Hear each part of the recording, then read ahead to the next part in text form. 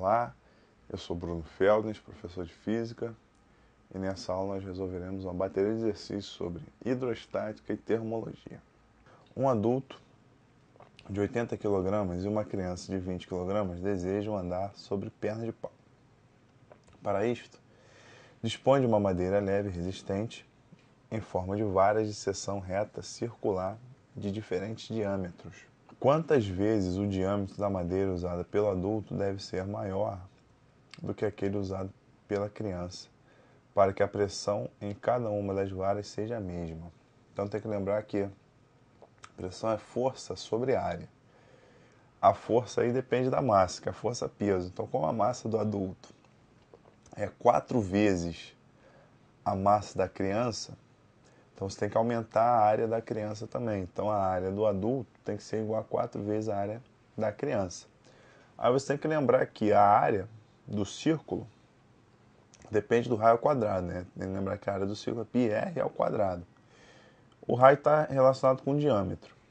Então, na realidade aí, como a área depende do quadrado do raio ou do quadrado do diâmetro, então quer dizer que a área do adulto igual a 4 a área da criança, tem que tirar a raiz quadrada para achar a relação do diâmetro, né? Porque o diâmetro e a área estão relacionados pelo expoente 2, então tem que tirar a raiz quadrada. Então, o diâmetro do adulto tem que ser igual a 2 vezes o diâmetro da área, porque para passar da área para o diâmetro tem que tirar a raiz quadrada.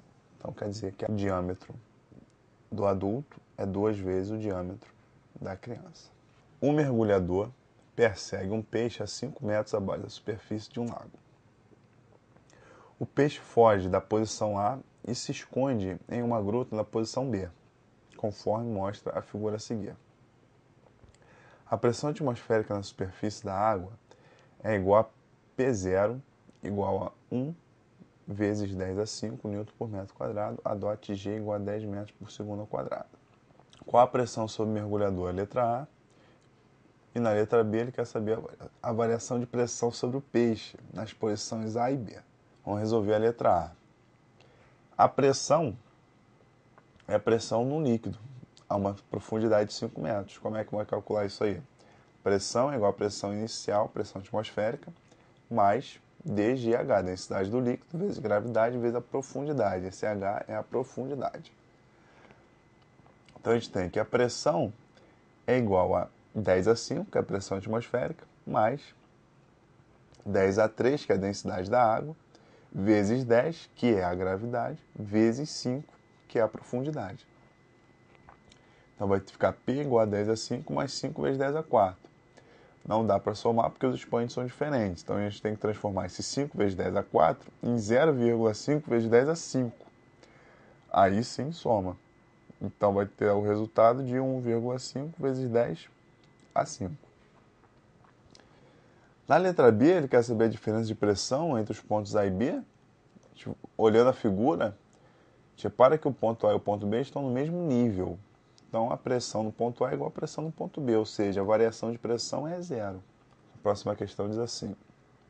A figura a seguir mostra 2 recipientes de formas diferentes, mas de volumes iguais, abertos, apoiados numa mesa horizontal. Os 2 recipientes têm a mesma altura, estão cheios até a borda com água. Calcule a razão F1 sobre F2 entre os módulos das forças exercidas pela água sobre o fundo do recipiente 1, que é o F1, e sobre o fundo do recipiente 2, que é o F2. Sabendo que as áreas das bases dos recipientes 1 e 2 valem respectivamente A e 4A. Então você vai ter que a pressão em 1 no fundo do recipiente 1 é igual à pressão no fundo do recipiente 2. Por quê? Porque os dois têm a mesma altura.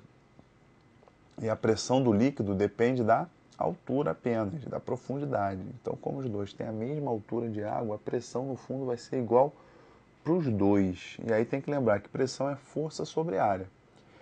Então, P1, que é a pressão no recipiente 1, vai ser F1 sobre A. E P2 vai ser F2 sobre 4A, porque ele diz que a área do recipiente 2 vale 4A. Então a gente vai e corta o A, então fica F1 sobre F2 igual a 1/4.